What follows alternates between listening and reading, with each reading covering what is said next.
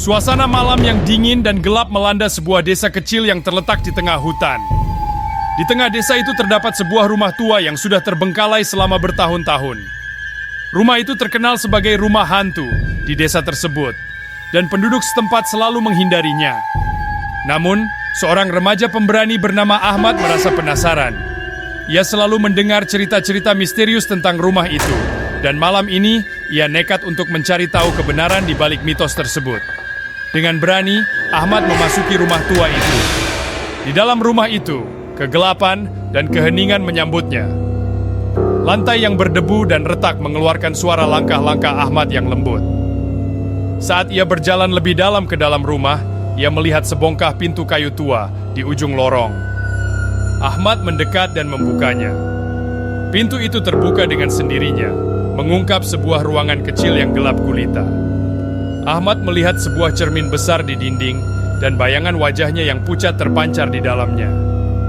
Tapi yang membuatnya merinding adalah bayangan lain yang muncul di belakangnya.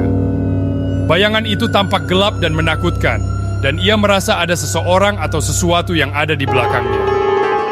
Dengan perlahan, Ahmad berbalik dan melihat seorang wanita muda dengan rambut panjang dan mata hitam yang tajam berdiri di depannya. Ahmad kaget dan berseru, "Siapa kamu? Apa yang kamu lakukan di sini?" Wanita itu tersenyum misterius dan berkata dengan suara pelan, "Aku adalah penghuni rumah ini. Aku telah menunggumu." Ahmad mencoba untuk melarikan diri, tetapi kakinya seperti terjebak dalam lumpur. Wanita itu semakin mendekat dan tangan dinginnya menyentuh pipi Ahmad. Ia merasa dingin menusuk tulang. "Dengarlah, Ahmad," kata wanita itu dengan suara serak. "Aku butuh kamu. Aku butuh kamu untuk tinggal di sini bersamaku selamanya." Ketakutan Ahmad semakin memuncak, dan ia berteriak histeris saat ia merasa tubuhnya semakin terjebak dalam cengkeraman wanita itu. Ia mencoba untuk melawan, tetapi sia-sia.